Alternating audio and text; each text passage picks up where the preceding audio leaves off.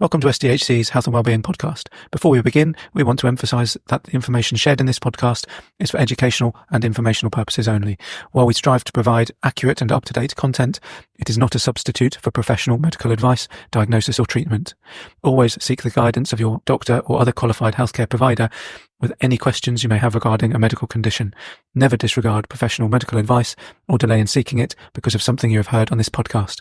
Remember, your health and well-being are invaluable, so prioritise consulting with a medical professional for your personalised care.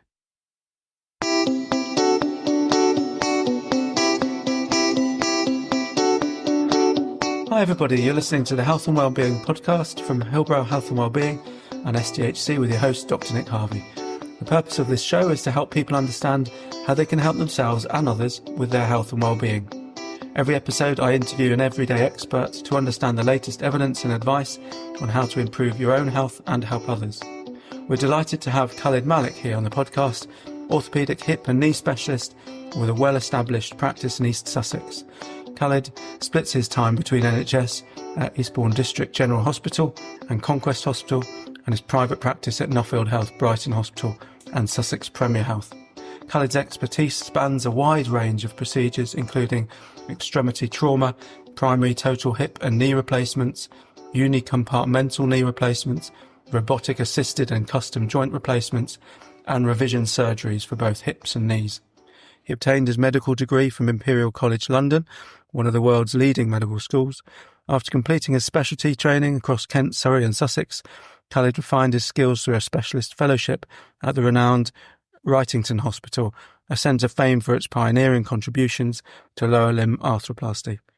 Khalid now performs between 300 and 400 joint replacements every year, combining traditional expertise with modern technology. Khalid's practice is characterised by outstanding patient feedback, with his work recognised in 2024 when he was awarded the I Want Great Care Certificate of Excellence. He continues to innovate within his field, always seeking to improve surgical practices and contribute to the development of future orthopaedic professionals.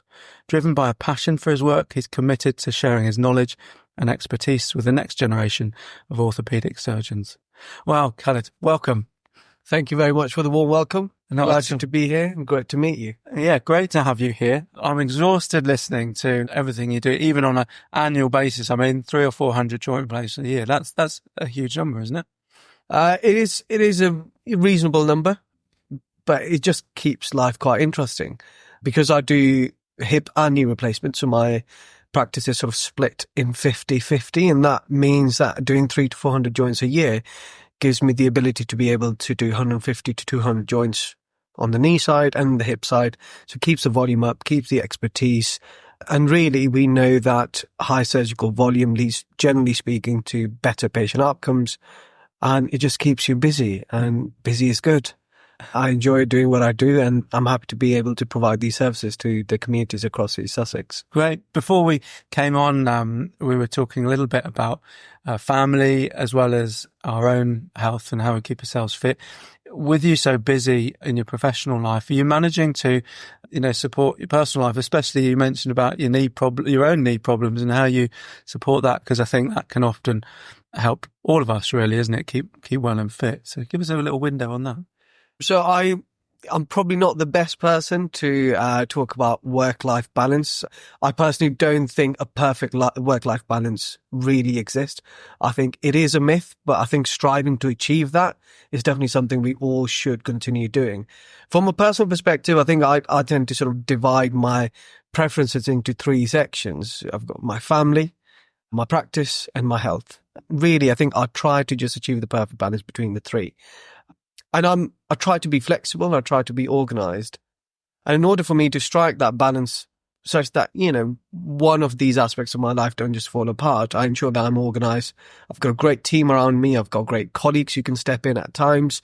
I've got an excellent secretary who ensures that my schedule is well balanced. And whenever I sort of see that there's potential conflict or where I see that I'm needed more at home, I adjust my practice accordingly.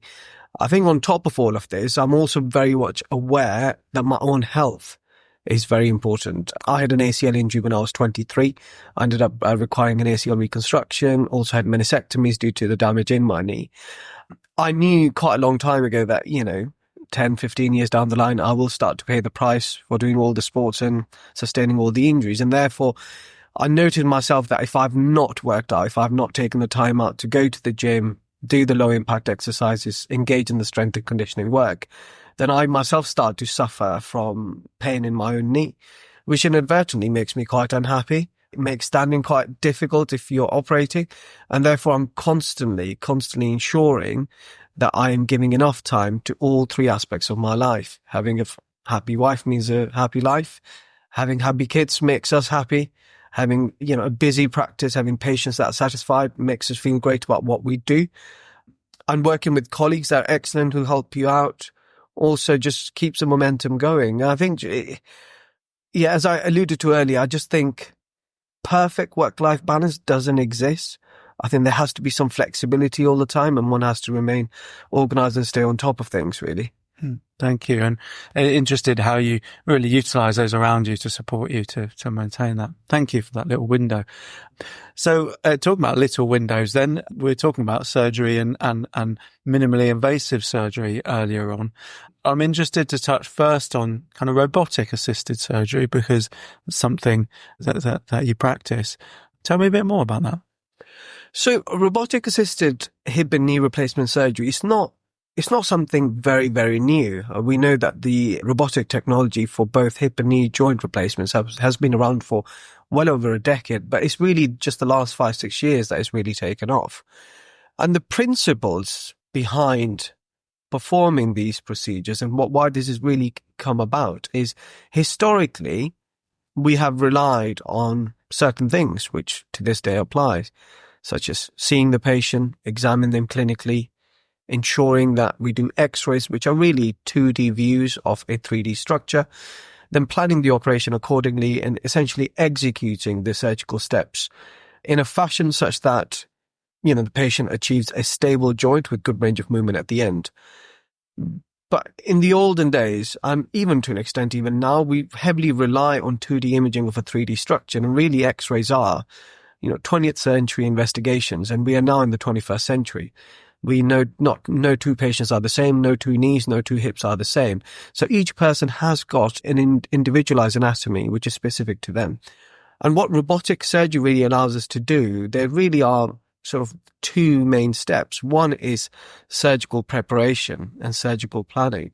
And what that normally involves, once we have seen the patient and agree that the patient actually requires a hip or a knee replacement surgery to, treat their pain and optimize their function, we obtain CT scan. So CT scan provides us with a 3D model of their hip or their knee, depending on what joint we're doing. And it gives us very valuable information. We can clearly see what the deformity is, what the anatomy is, and what is it that we're trying to achieve surgically. So using that 3D template, we can then plan where are we going to place our implant. For example, in hip replacement, we can plan where we're going to position the cup, how much bone needs to be taken away to be able to safely seat the implants, how are we going to restore the leg length to ensure that the leg length is accurate, how are we going to ensure the offset, which is the distance between the shaft of the femur and the center of the rotation of the hip, how are we going to restore all of these biomechanical markers to ensure that patients have the best possible outcome, because optimal implant alignment is associated with implant wear. It is associated with patient function.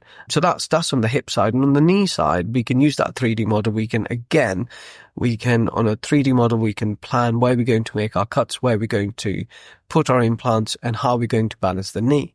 Now, that's the pre-operative planning side of things. When the patient actually goes onto the operating table, we've done all the planning, we've done all the thinking, and it's not just us who's done it. We also have our robotic specialists who look at all these images and ensure that the implants we're using, the sizes we're using, they do fit our surgical plan. And then on the day of surgery, once we've opened the knee or the hip, we tend to then register the patient's bony anatomy, ensure that what we're finding within surgery aligns with what we've got on the scan. Once we've registered the hip or the knee, then the robotic arm comes in, which is mounted on top of a robotic machine, all in a very sterile fashion. And within the very set parameters that we've established prior to surgery, we will then do the bone removal, or we'll use a saw, or we'll use a reamer to prepare the bone surfaces to the millimeter accuracy that we had planned before. And once we've done that, we will then put the trial implants and ensure that actually what we set out to achieve prior to surgery is what we've achieved on table. And even if there is a millimeter inaccuracy there, we can adjust for that, redo some of the bone cuts, and give the perfect result that we know we can give the patient. And it's really us as surgeons leveraging our previous skills, surgical expertise, and using a robotic-assisted tool as an expert surgical assistance to achieve what we call the most accurate possible hip or knee replacement. And generally speaking, that's how a robotic-assisted joint replacement is performed. It's incredibly accurate. It is equally as invasive in my eyes as a routine non-robotic hip or knee replacement, because one has to open the knee or the hip to an extent where you can see all the relevant bony anatomy to be able to safely seat those implants. But the thing that makes it minimally invasive is that we do not take another millimeter of extra bone in order for us to put the implant in, which preserves bony anatomy, which optimizes the alignment of the components that are put in, which can potentially in the long term reduce any extra wear of the implant. And we try to give the patients the most physiological, the most natural feeling hip or knee replacement. And that, in a nutshell, is robotic-assisted joint replacement. Fantastic. Really high tech. And I don't think it would take much convincing to understand that this is, the most accurate way. How does that translate into customer satisfaction, as it were? So this is an interesting question. A lot of the studies that are coming out now, they are focusing on patient satisfaction. So anecdotally, we heard that patients, they experience less pain. They report that their joints feel a bit more natural, but this was anecdotal. And in medicine, we like to do everything using the evidence base. We've had several papers that have come out of the high volume robotic centre, certainly in London. So University College London was one of the first few hospitals that had one, maybe more robots available to do these operations. And what we found in those research papers were that the complication rates were similar or less than the typical conventional joint replacement surgeries. We found that the level of pain reported by patients was lower. We looked at the PROMS data. I'm not taking credit for it. We as the orthopaedic community looked at the PROMS data, and we found that the earlier PROM data was more encouraging with joint replacement surgery. Now, what will probably occur in 10 years, 15 years time, only time will tell. We now know that there's a randomized clinical trial, which is the highest level of research evidence that's coming out, which is looking at all the clinical as well as functional outcomes. And we will soon find out the answer to that. But generally speaking, from my experience, I do both. So I do conventional joint replacements, I do robotic joint replacements. And what I tend to get, really, my experience has been that in knee replacement surgery, it gives you a very natural feeling knee. When you bend your knee, when you straighten your knee fully, how the knee feels, how stable it feels. It tends to just feel very, very, very natural with robotic-assisted joint replacements. With hip replacement surgery, because of the accuracy of the implants being placed in, I know with 100% degree of certainty that I've restored the leg length and that I've put the components exactly where I plan to put them. So I'm hoping that in the long term, the data will show that we're just that bit more accurate. Whether that will mean there will be a substantial increase in patient-reported outcome data, I think time will tell. Sure. So we think also it probably will lead to longer-lasting replacements, but don't know for sure. We don't know for sure. So far, we use the National Joint Registry as sort of the main source of data, which informs us about implant longevity. And some of the proven implants we are using, we know that they are surviving over 90% in 15 years' time. So actually the survival data of proven implants is already very good. But we've only really started putting high volume or relatively high volume of joint replacements using robotic assistance in the last 5-10 years. So we won't know their sort of survivorship outcome data up until the next 10-15 years time. So, and if I'm a patient, what's my choice here then? Because obviously you do both. And what is the reason? Because of access to the robotics, or? I think the latter. So access to the robot is the main thing. There are high volume NHS centres in the UK that have a robot available. For example, places in Scotland, there's definitely Golden Jubilee Hospital that I know that have a robot. We've got University College London that has it, Exeter have it. So there's not that many hospitals that have bought the robot, as it were. I think in Sussex, the SOTC, which is associated with the Royal Sussex County Hospital, they have a robot, but this is not something that's available to all NHS hospitals. So yes, to an extent, it does depend where your referral has been triaged to. So if you are in a hospital that doesn't have access to it, there isn't really a choice. But then when we look at my practice, for example, so I practice enough in Brighton where we see both NHS patients, we see private patients, and when patients come in, they either come in asking for, robotic-assisted joint replacement, or when we've seen them, spoken to them, we've decided upon progressing with surgery, then we discuss both options. And we give both options to the patients. We give them a fairly unbiased view based on what the research evidence is currently. And if they would like to go ahead with the robotic-assisted joint replacement surgery, we would do that. And if not, then we will do the conventional joint replacement surgery. And one thing to clarify is the implants that we use for that, the conventional versus robotic, they are the same implants. It's about where we're making those cuts and where we're placing the implants. Mm-hmm, mm-hmm. Thanks for indulging me on that. We could talk forever. It's a fascinating subject and it's only going to get more and more developed, isn't it? I think in the coming decade. We touched on the phrase minimally invasive surgery, slightly ambiguous phrase, isn't it?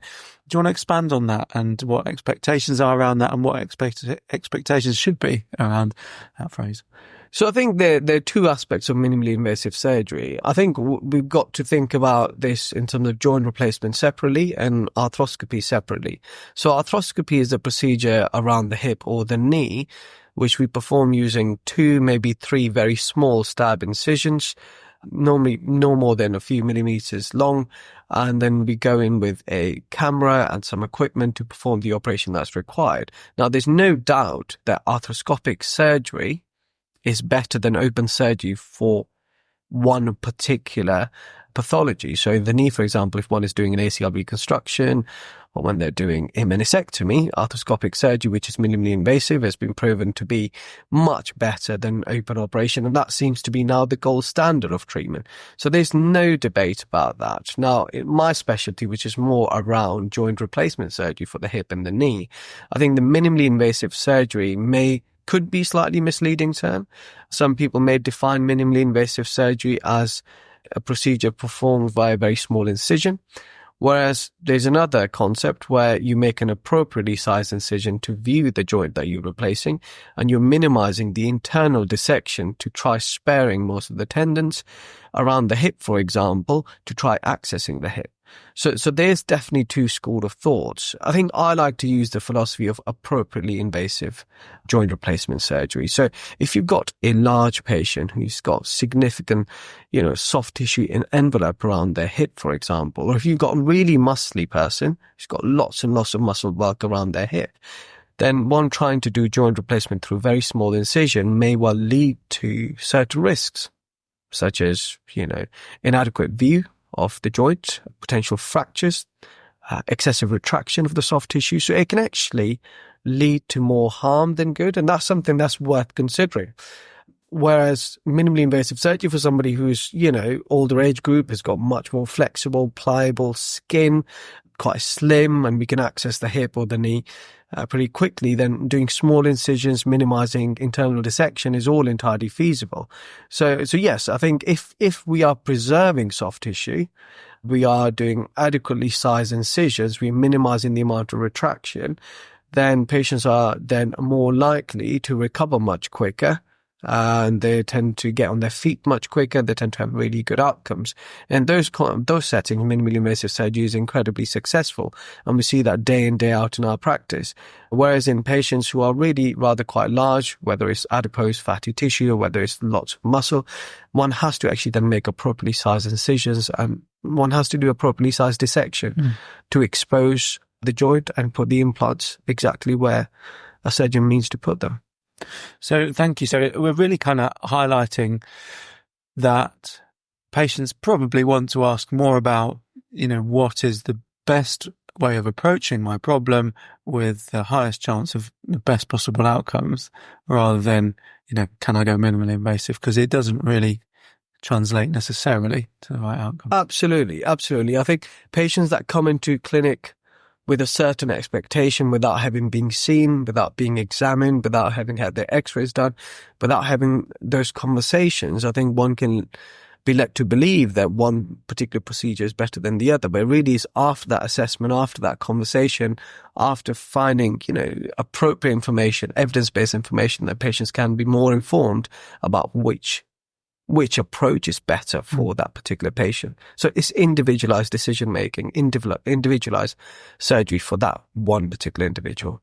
We come across this time and time again in medicine, isn't it? There are an infinite number of ways people differ in terms of their symptoms, their anatomy and everything, and their expectations after. And there's so much value in just centering it on them, isn't it? And the benefit of all that knowledge. And on that note, I'm really interested in what feels like maybe the next big fad or something more significant in orthopaedic surgery, which is customised implants, isn't it? You can expand on that for me? So customised implants is something that I was exposed to certainly in my fellowship. So when I went for my subspecialist training, we used a significant number of customised implants. And at that stage, we were doing customised implants as part of a clinical trial. We were comparing them to sort of the standard implants rather, to see, which ones will go on to have better outcomes. So the data from that is pending. But it is something that's extremely valuable. It is certainly cutting edge. There's definitely place for it especially in hip and knee joint replacement surgery. Now, there are specific indications. There's specific reasons why customized implants can be used and should be used. So, as we alluded to earlier, no two patients are the same. So, vast majority of the patients, they fall within a normal distribution. So they may be slightly taller, they might be slightly bigger, both in terms of their hip, their knee. They may have slightly varied anatomy, but most patients fall in the subset of patients where standard off-the-shelf implants made by several orthopedic companies, the implants will fit as long as the cuts are being made appropriately and that their knees or their hips are sized appropriately. But there are a small number of patients that have very much altered anatomy. So patients that are born with certain problems, so congenital hip issues, patients that have had trauma, so fractures around their bone, their hip or their knee, which causes bony deformities.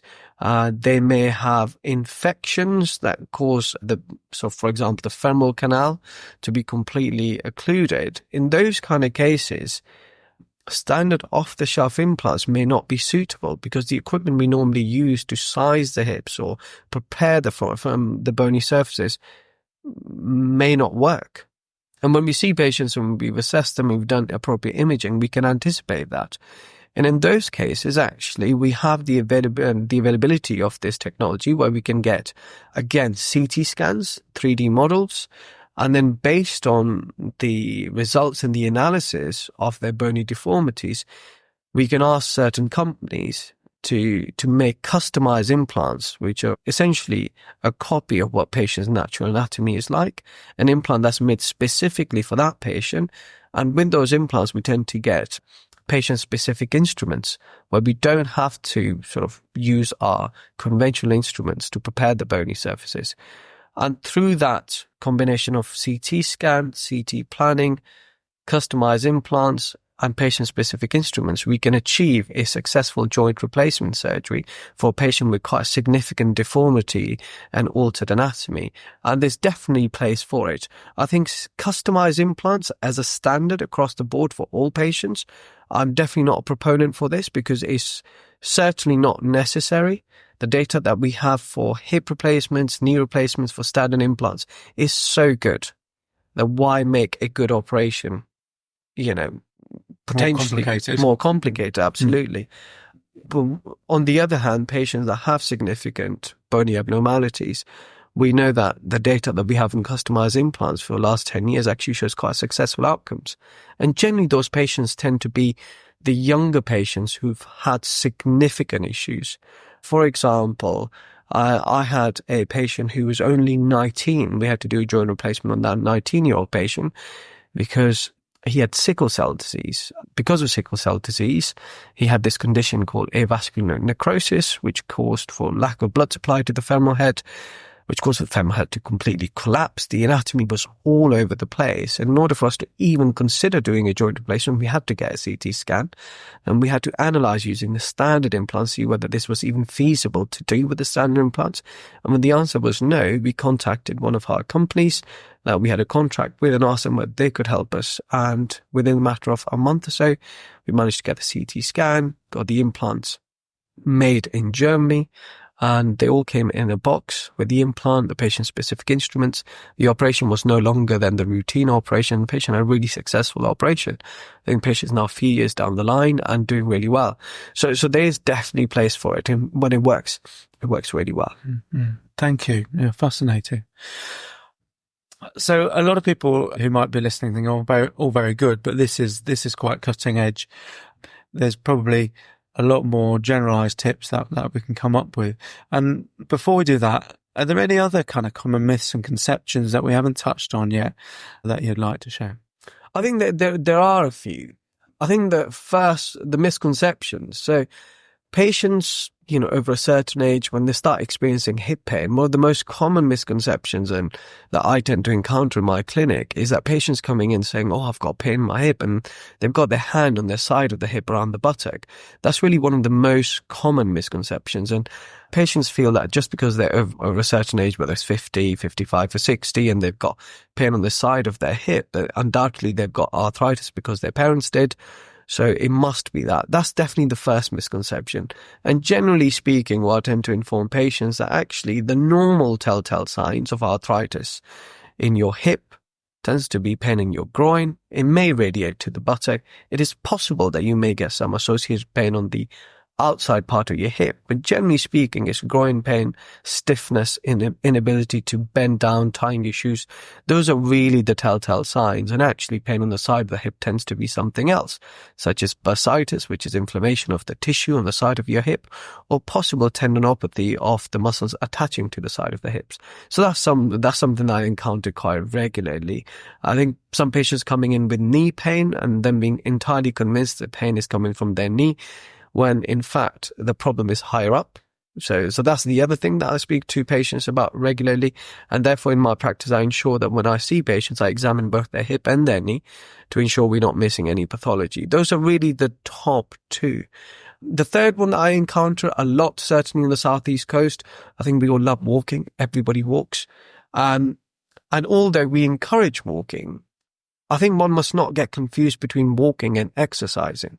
So when we ask the question to patients, do you exercise? They say, yeah, I'll go for long walks. And actually, going for long walks when you may potentially have an arthritic joint isn't really the best form of exercise, because you're essentially loading the joint without having to really engage the muscles around that joint that stabilizes the joint, that offloads the weight around it, that helps redistribute that weight. So actually, yes, walking is great. It's a great aerobic exercise. It has a lot of mental health benefits, but it's not necessarily the best form. And actually, what my advice tends to be for those patients, yes, do continue to walk, but actually you need to engage more in the stretches, the strength conditioning work, the boring gym exercises, putting on those repetitive movements regularly 2-3 times a day are really the things you will benefit from more.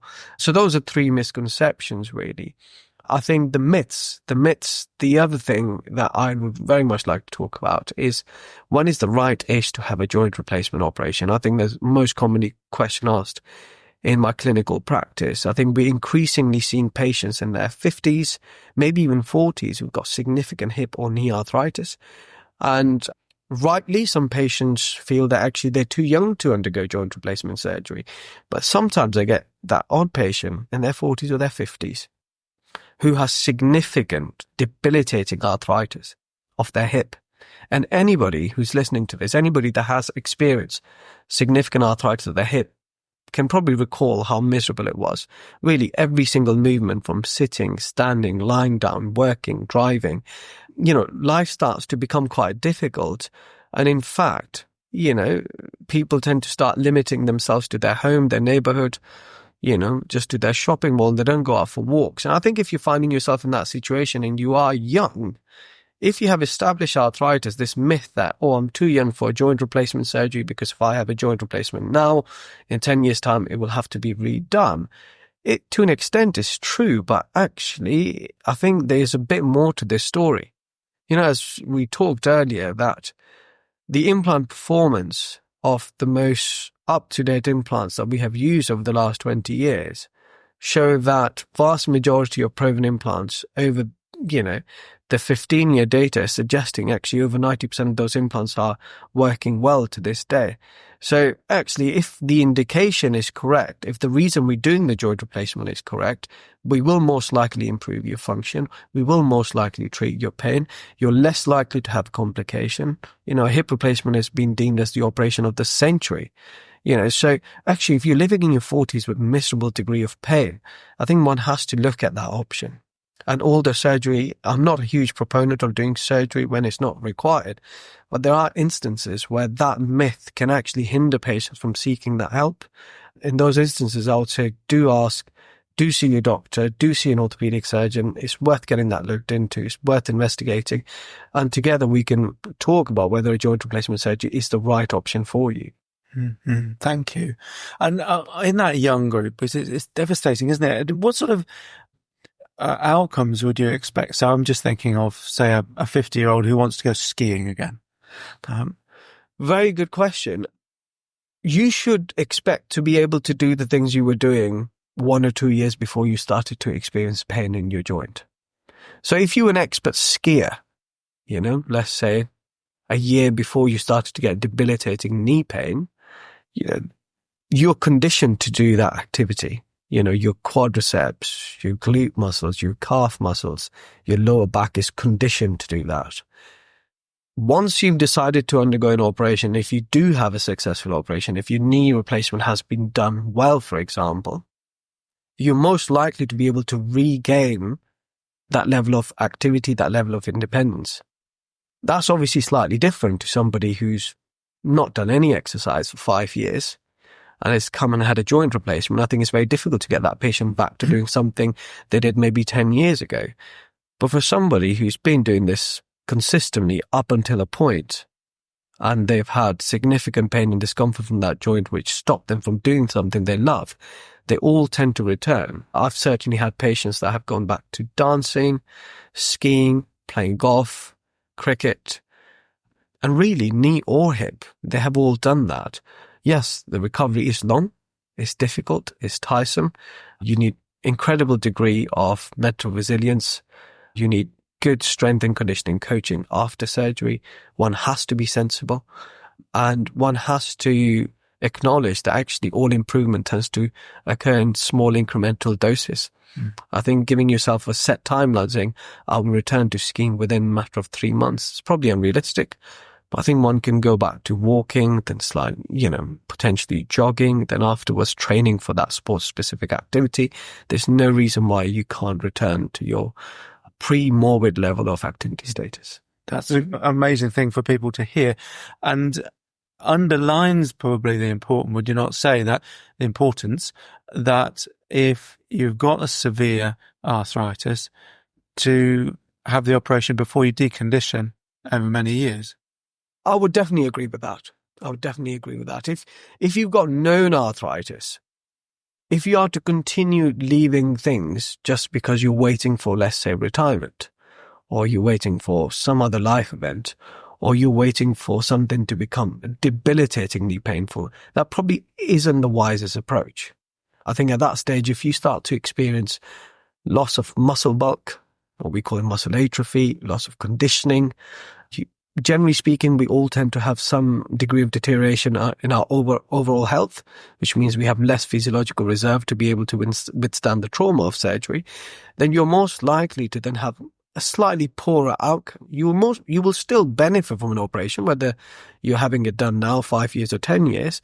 But I think what you then get at the end of that post-operative recovery is something that you can't really quite determine what it would be like in 10 years' time. So if you have significant arthritis now, and you and your surgeon have decided it's the right thing to do, then it's worth not waiting. Now, that being said, if you had significant arthritis and pain when you saw your surgeon, and over the course of the next 2-3 months, for some particular reason, your pain just improved and you got better and you're doing things you enjoy doing, don't just have surgery because you've had an agreement. I have seen that once or twice when patients actually came back and said, well, after our last chat, I went and started, going to the gym, started swimming, and my knee pain has gone away and I'd like to see whether I can wait. And those instances, I say, yes, please do. I think if you started to put some minor lifestyle changes that has resulted in improvement of your pain and function, and you improve your muscle bulk, there's no reason to undergo an operation just because we've had that discussion. That highlights something really important, I think, doesn't it? In that we have been talking about severe arthritis, but that can be classified on an X-ray, for example. But we're really talking about the coexistence of that with significant reduction in function, usually because of pain, I would say. Yeah, absolutely. I think when we look into the psychology and biology of pain, I think it's quite clear that not all pain in a knee or a hip comes from the joint, the cartilage surface or the bones alone. A lot of the pain is also associated with what's happening to the muscles and the tendons around that joint. So although you may have arthritis and the arthritis might be quite clearly visible on the X-ray, if you have no pain, you probably are somebody who's compensated greatly because you just sort of stayed fit all your life. And in those instances, I certainly would advise against undergoing any form of operation unless you really are experiencing, pain, stiffness and impact on your quality of life. And at the same time, if you've gone and seen a surgeon and you've identified to have some changes on your X-rays, don't wait for this to continue deteriorating and then end up having a joint replacement. I think the point of contact, once you've seen your GP, your first contact physician, physio or orthopaedic surgeon, at that point, once it's decided, actually, let's potentially go down the surgical route. You need to, I think, familiarize yourself with the concept of prehabilitation, which is before any given surgery, you've got to treat the date of surgery as the date of a marathon, for example, and then train for it. We know the amount of trauma that your body goes through during surgery is equivalent to running half a marathon or a full marathon. So why not train for that? So going away, you have a few months, maybe a year, in some trusts 2 years waiting list to undergo a joint replacement. Why not go engage in low impact exercises, go see a physiotherapist, go join a fitness class, do low impact exercises such as stationary exercise, bike, swimming, gym-based work, low weight, high number of reps, and it will start to become abundantly clear to you what the health benefits of that are. You will reduce your level of pain before surgery. You will stop your reliance on taking significant amount of painkillers, which will give us a better baseline to work with before surgery. And you will make yourself fit enough to withstand the rigors and the trauma of undergoing an anesthetic of either form. And then once you actually have your operation, you will get up on your feet and you'll get back to your normal life a lot quicker than if you were to not do those things. Fantastic. So you've answered my next question, which was about preparing for surgery. Maybe we need to talk outside of this room then about getting your patients here to Hillbrow for the months leading up to their surgery. Is that, is there anything structured in place at the moment, or is it more just your advice? And so up until before COVID, I was an orthopaedic trainee. And I remember that when we used to list patients for surgery, they used to go to something called joint school or bone school. And it used to be a group meeting, normally led by somebody who has expertise in post-operative or pre-operative recovery. And they will inform patients about what they're going to have done, what exercises they can do, and what resources there are available. I currently do not know of any organized program where patients can go and get in touch, familiarize themselves with a group of people who are about to have an operation and go through this prehabilitative program. But it's certainly something that we are increasingly seeing the value of. It's definitely something I think we need to put in place. I think the burden of hip and knee replacement surgery is becoming abundantly clear. And actually, even for one bad outcome, I think it costs the NHS thousands and thousands of pounds.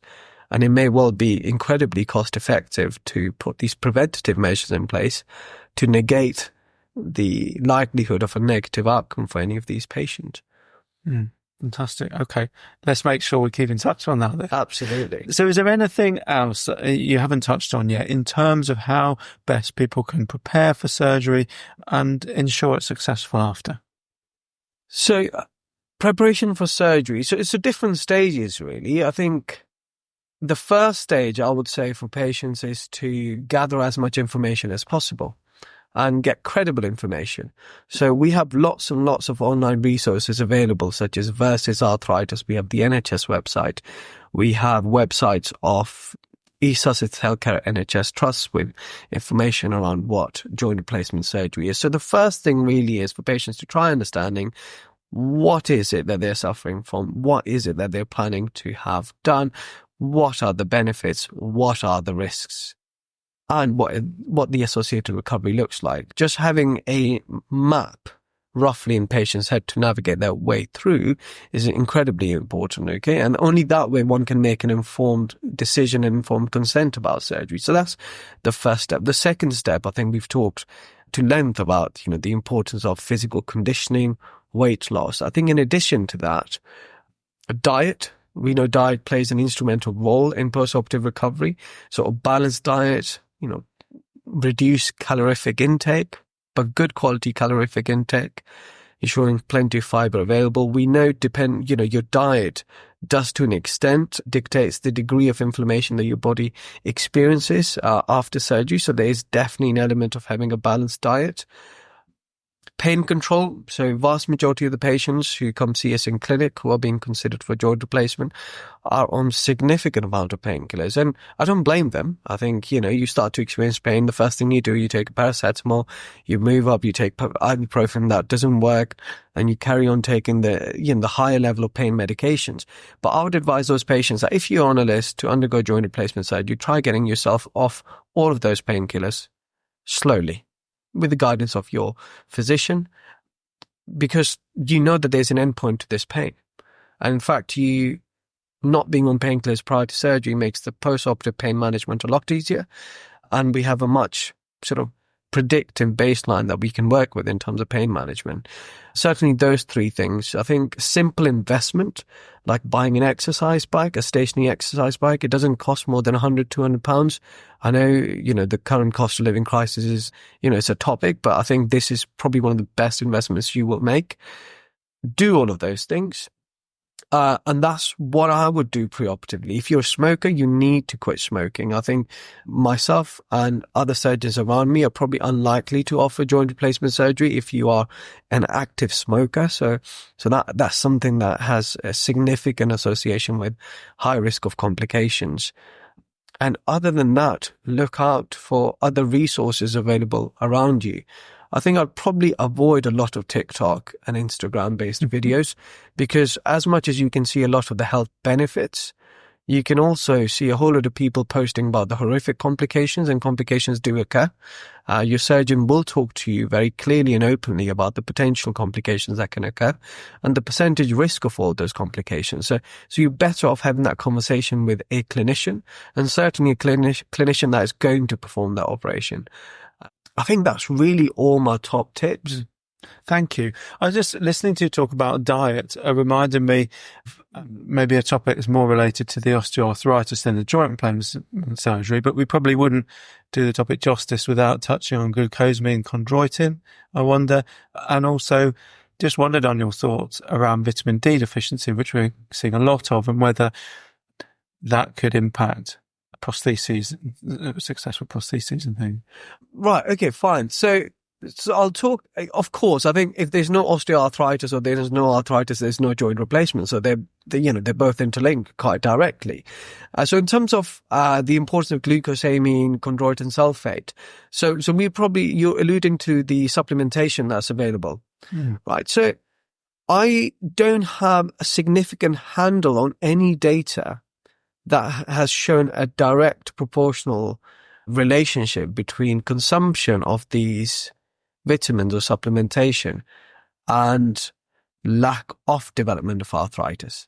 I don't have handle on that data. I've tried looking for it, and I don't think we have any published direct clinical studies that have proven any causation between, prevention of arthritis and taking those supplementation.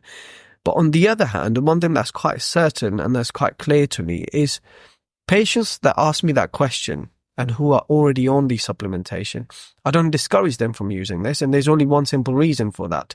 Generally speaking, if a patient has looked after their health to the point they have looked at all other options such as supplementation, that group of patients is a self-selective group of patients that really deeply care about their own health. So they're not only eating well and exercising, they are taking those supplements. So undoubtedly that group of patients are most likely to be those that are going to have good health outcomes, whether that's related to the fact that they've taken those supplementation or purely because they've put all other measures in place that optimizes their health. And that is what I tend to see, really, certainly in my practice. And therefore, I wouldn't go to lengths to say that, yes, you must have their supplementation and there's a direct effect. But then at the same time, wouldn't discourage it. We haven't come across any studies to suggest that there's an actual harm causation from these medications, supplementation. So that's one side. The other side is the vitamin D, osteoporosis, osteoarthritis. Again, very common question being asked. We lack significant degree of sunshine in the UK. Well, I know we're in the Sunshine Coast, but if, every day is like today, then there's no sun here. So undoubtedly, we know that over half of the UK population is deficient in vitamin D. That certainly has a correlation with your bone health overall. In terms of your joint health, it's not directly related to having joint issues because your joints, they're separate anatomical structures. Okay, the makeup is slightly different. The factors that drive joint pain or joint wear are slightly different. But that being said, vitamin D has a very clear correlation between pain and how pain thresholds work. So patients, generally speaking, who are vitamin D deficient may actually experience more pain from minimal degree of arthritis, and that's certainly something that needs to be looked into. I think the second thing is if you've got significant degree of osteoporosis, which is related to vitamin D and calcium and your overall bone density, then the implants that we tend to use, certainly for hip replacements, we tend to use cemented implants because when we are inserting those implants, we are really using a pretty heavy hammer to impact those implants on. And if we are doing that with soft bone, we can create fractures. So therefore, we tend to then use cemented implants. So yes, your bone health does determine what implants we use and our surgical strategy. Thank you. And just to underline for listeners, if there's no confusion, the tricky thing with vitamin D is that it is deficient in so many people that the guidance is there to take supplementation from October to April anyway. And I wouldn't be racing for a test because our vitamin D levels fluctuate. And so a test in one point in time is usually not that helpful. Obviously, it can be really low and there are other signs of that. So talk to your doctor if you're in doubt, but I wouldn't just routinely ask for one. Absolutely. I 100% agree with that. So the last question was from Saul Rajat, ophthalmologist, and it really touches on, I think I know the answer now, having listened to you, how people who are highly active, elite athletes even, so Andy Murray, how on earth could he play tennis to that level on a hip replacement?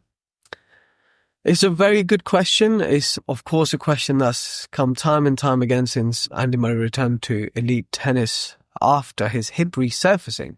And I think this is where the confusion is for majority of the public. There is a big difference between hip replacement surgery and hip resurfacing. And hip resurfacing, that concept was popularized a couple of decades ago. So late 90s, early 2000s, we tried to find a way where we can replace a joint or resurface a joint try minimizing the amount of bone that's taken away to put an implant in patients with arthritis. That gives them better range of movement, reduces the risk of dislocation, and reduces the risk of wear of the implant. And that's where the hip resurfacing concept was popularized. What Andy Murray has in his hip is a hip resurfacing. It's a metal-on-metal hip resurfacing, which was performed by a very eminent surgeon in London, Sarah Moorhead, in 2018. And that's a vastly different procedure to what we are performing in our general public and what is being performed in over 95% of the cases in the UK. And there's reasons behind it. Yeah, I think the first thing is for patients to try understanding is that this is not an appropriate procedure for vast majority of patients.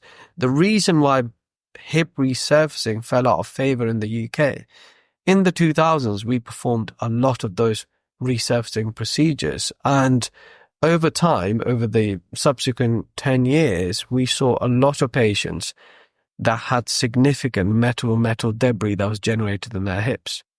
And that created a whole load of bone loss, adverse soft tissue reactions, and we had to revise large number of those procedures. It was a multi-million lawsuit. So there's a lot of issues around it, and therefore that procedure completely fell out of favor. But then the subsequent years, when we sub-analyzed in which patients did those procedures actually work, we identified young males with large femoral heads who were incredibly athletic and strong. Those procedures worked, and they had less wear. They didn't have no wear, but they had a lot less wear. They had a lot less metal ion levels. And we managed to, over the course of the last 2 decades, we managed to actually find that patient cohort in which this procedure would potentially be applicable. So, for example, in the US, there's a basketball player that had a hip resurfacing and returned to elite basketball. Andy Murray is another person that's had a hip resurfacing and returned to elite sports. So the first thing is that he had a different kind of procedure, which is performed by a very small number of surgeons in the UK, because they tend to have sort of the larger volume, and we all tend to refer to one particular person that does a large volume of that particular procedure. So combining that with Andy Murray's mental resilience, high level of athletic activity prior to surgery. I think we all know how many Grand Slams he's been a finalist of. How many did he win? How many did he lose? He definitely won 3, and he lost a lot more. And he became an incredibly resilient, strong athlete. And mentally, he was somebody who was willing to go through anything to be able to achieve what he needs to achieve. And I think that, combined with his prehabilitation, post-op focused rehabilitation, he has an excellent medical team around him. He has access to physiotherapy 24/7, state-of-the-art equipment. He would have had all sorts of assessments regarding his gait analysis prior to, after surgery. He would undoubtedly be tested for metal ion levels to ensure that he's not having any metal ion debris in his hip. I'm certain that he would be having, routine x-rays. So he's returned to tennis due to a combination of excellent surgery, excellent mindset, excellent prehabilitation, excellent post-rehab, and specific exercises for him to return to that tennis sport that he loves dearly. But sadly, that is not the case for vast majority of the population, and therefore it is not the procedure that I think we should be proponents of for all patients. There's a very small sub-selection of those patients that are suitable for that.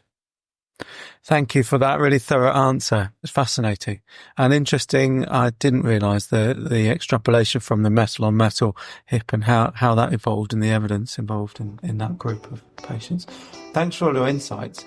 It's been really good. I know that we're going to follow things up around how we improve prehabilitation and rehabilitation in orthopaedic patients. I think there's something quite exciting that we can do together. Thank you for your time, and I'm sure our guests will join me in thanking you for giving us all those pearls of wisdom. You're welcome. Thank you for having me, and thanks for giving me this platform to be able to talk about things that I love talking about.